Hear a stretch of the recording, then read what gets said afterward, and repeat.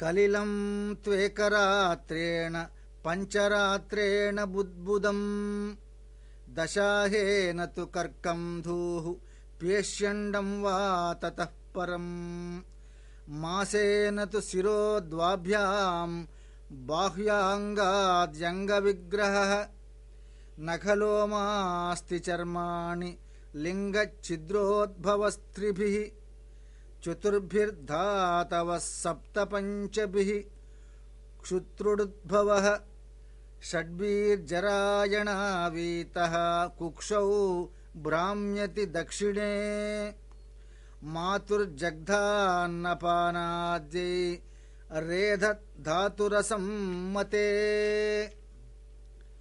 సేతే విన్మూత్రయోర్గర్తే సజంతుర్జంతుసంభవే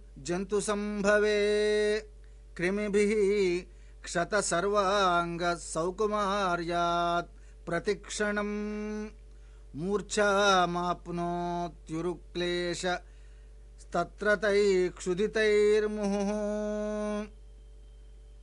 స్త్రీ గర్భంలో ప్రవేశించినటువంటి ఒక రోజుకు కలిలమవుతాడు. 5 దినాలకు బుద్బుదాకారం అవుతుంది. 10 దినాలకు బదరీ ఫలంలాగా కఠినమైనటువంటి మాంసముద్దలాగా తయారవుతాడు జీవుడు. 1 మాసానికి శిరస్సు ఏర్పడుతుంది. 2 మాసాలకి బాహువులు మొదలైనటువంటి అవయవాలు ఏర్పడతాయి. 3 మాసాలకి గోళ్ళు, రోమాలు, చర్మము, లింగము, నవరంధ్రాలు అంకురిస్తాయి. 4 మాసాలకు సప్తధాతువులు ఉద్భవిస్తాయి. 5 మాసాలకి ఆకలి, దప్పిగా కలుగుతుంది. 6 మాసాలకు జరాయువు మావిచే కప్పబడి కడుపులో దక్షిణాన తిరుగుతూ ఉంటాడు. ఈ రకంగా మాతృభుక్తాన్నపానాదులచే క్రమంగా వృద్ధి పొందుతూ దుర్గంధభూయిష్టమైనటువంటి మలమూత్రాల గుంటలో శయనిస్తూ అక్కడున్నటువంటి పురుగులు సుకుమారమైనటువంటి శరీరాన్ని కరుస్తూ ఉండగా ఆ బాధకి తట్టుకోలేక మాటిమాటికి మూర్ఛపోతూ ఉంటాడు జీవుడు మాతృగర్భంలో. అందువల్ల నరకాన్ని అనుభవించటం అనేటువంటిది మాతృగర్భంలోనే ప్రారంభం అవుతూ ఉంటుంది.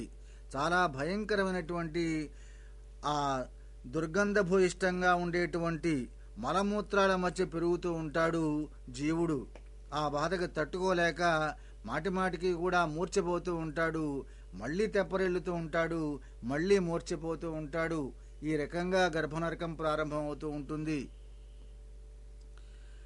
కటు తీక్ష్ణోష్ణ లవణ రూక్షామ్లాదిభిరుల్బణైః మాతృభుక్తేరుపస్పృష్ట సర్వాంగోద్ధితవేదనః ఉల్బేన సంవృతస్తస్మిన్నత్రైశ్చ బహిరావృతః ఆస్తే కృత్వా శిరః కుక్షౌ భుగ్నపృష్ఠ శిరోధరః ఆకల్పస్వాంగచేష్టాయాం శకుంత ఇవ పంజరే తత్ర లబ్ధ స్మృతిర్దైవాత్ కర్మజన్మ శతోద్భవం స్మరన్ దీర్ఘమనుచ్ఛ్వాసం శర్మ కిం నామ విందతే నాధమాన ఋషిర్భీతః సప్తవద్రిః కృతాంజలిః స్తువీతతం విక్లబయా వాచా ఏనోదరేర్పితః ఆరభ్య సప్తమాన్ మాసాం లబ్ధబోధోపి వేపితః నైకత్రాస్తే సూతివాతైర్విష్టా భూరివ సోదరః. మాతృభుక్తాలైనటువంటివి దుస్సహాలైనటువంటి కట్వాముల లవణాది పదార్థాల చేత సర్వాంగాలయందు కూడా వేదన కలుగుతూ ఉంటుంది. మావి చేత, ప్రేవుల చేత చుట్టబడి వక్రీభూత పృష్ఠ శిరోధరుడైనటువంటి అధశిరస్కుడై తల్లకిందులుగా ఉంటూ కదలటానికి సైతం శక్తి లేక పంజరంలో పక్షిలాగా ఉంటాడు ఈ జీవుడు ఆ గర్భంలో. అప్పుడు దైవవశాన స్మృతి వచ్చి పూర్వజన్మంలో చేసినటువంటి పాపాలన్నీ కూడా జ్ఞాపకం వస్తూ ఉంటాయి. మాతృగర్భంలో ఉండగానే అంతకుముందు అనేక జన్మల్లో చేసినటువంటి పాపాలన్నీ కూడా గుర్తుకొస్తూ ఉంటాయి. దీర్ఘ నిశ్వాసాలు విడుస్తూ సుఖం లేకుండా ఉంటాడు జీవుడు. అయ్యో, ఎందుకు నేను ఇన్ని రకాలైనటువంటి పాపాలు చేశాను, దానివల్లే కదా మళ్ళీ జన్మించాల్సి వస్తున్నది, ఆ కర్మ ఫలితం అనుభవించడం కోసమే కదా మళ్ళీ ఈ జన్మ, ఈ మాతృగర్భంలోనే నరకం ప్రారంభమైంది. మంచిగా జీవించి ఉన్నట్టయితే ఈ నరకాన్ని అనుభవించాల్సినటువంటి పని లేకుండా పోయేదే అంటూ ఆ మాతృగర్భంలో ఉండేటువంటి జీవుడు చాలా పరితపిస్తూ ఉంటాడు. అట్లా పరితపిస్తూ బంధభూతాలైనటువంటి సప్తధాతువులు కలిగి కృతాంజలి గద్గద స్వరంతో భగవంతుని స్తోత్రం చేస్తూ ఉంటాడు. అటు ఇటు కదల్పబడుతూ సమానోదర జన్మ అయినటువంటి క్రిమివలే ఒకచోట ఉండలేక తిరుగుతూ ఆ జీవుడు మాతృగర్భంలో ఉండేటువంటి ఆ జీవుడు భగవంతుణ్ణి స్తోత్రం చేస్తూ ఉంటాడు. జీవ ఉవాచ శ్రీపతిం జగదాధార అశుభక్షయకారకం వ్రజామి శరణం విష్ణుం శరణాగతవత్సలం తన్మాయా మోహితో దేహే తథా పుత్రకళత్రకే అహం మమాభిమానేన గతోహం నాథ సంస్కృతిం కృతం పరిజనస్యార్థే మయా కర్మ శుభాశుభం ఏకాకీ తేన దగ్ధోహం గతాస్తే ఫలభాగినః ఏకాకీ తేన దగ్ధోహం గతాస్తే ఫలభాగినః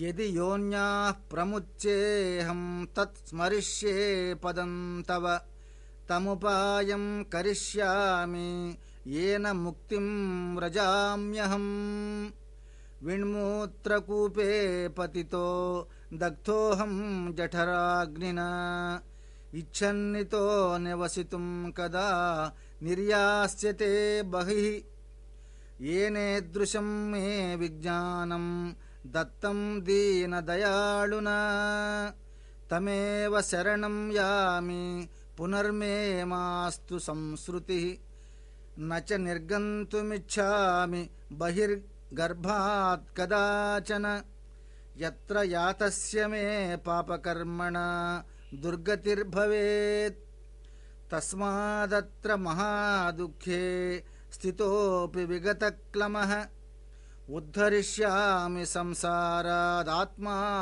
తే పదాశ్రయః. శ్రేయఃపతియు జగదాధారభూతుడు సమస్త పాపక్షయకారకుడు శరణాగత రక్షకుడు అయినటువంటి శ్రీ మహావిష్ణువును శరణం పొందుతున్నాను. మాతృగర్భంలో ఉన్నటువంటి జీవుడు ఆ పూర్వజన్మ వాసన, ఆ పూర్వజన్మ స్మృతి ఎప్పుడైతే కలిగిందో తాను చేసినటువంటి పాపాలకు చింతిస్తూ భగవంతుణ్ణి ఈ రకంగా ప్రార్థన చేస్తూ ఉంటాడు. ఓ శ్రీహరి, నీ మాయచే మోహితున్నై పుత్ర కళత్రాదులయందు అహంకార మమకారాలు కలిగి సంసారంలో పడ్డాను. భార్యాబిడ్డల్ని పోషించడం కోసం మంచి చెడ్డలు తెలుసుకోకుండా దుర్మార్గంగా చరించి ధన సంపాదన కోసం అనేక రకాలైనటువంటి పాపాలు చేశాను. భార్యాపుత్రాదులు నేను సంపాదించిన ధనమంతా కూడా అనుభవించి వాళ్ళ దారిన వాళ్ళు వెళ్ళిపోయారు గాని నన్ను ఏమాత్రమూ చూడటం లేదు. నా గురించి పట్టించుకున్నటువంటి వాడే లేడు. ఓ భగవంతుడా, ఈ గర్భకుహరం నుండి బయటపడవేయి. నన్ను ఎల్లప్పుడూ కూడా నీ చరణకమరాలనే స్మరిస్తూ ఉంటాను. ముక్తి మార్గాన్ని వెతుక్కుంటాను. ఈ రాబోయేటువంటి జన్మలో అయినా సరే ఏ రకమైనటువంటి పాపము చేయకుండా మంచి మార్గంలో జీవిస్తాను. సంసారాలు ఇక ఎప్పుడునూ కూడా స్మరించను. ఓ శ్రీహరి, మలమూత్ర కూపాన్ నుండి జఠరాగ్నిచే మాడిపోతున్నాను. ఎట్లయినా సరే నాకు బయటకు వచ్చేందుకు అనుగ్రహించు. ఓ దీనదయాళు, ఇట్టి జ్ఞానము ఎవరి కృప వల్ల కలిగిందో అట్టి పరమేశ్వరుడైనటువంటి నిన్ను శరణు పొందుతూ ఉన్నాను. ఓ శరణాగత త్రాణ పరాయణ భక్తవత్సల, నాకు మళ్ళా ఎప్పటికీ కూడా సంసారం లేకుండా చెయ్యి.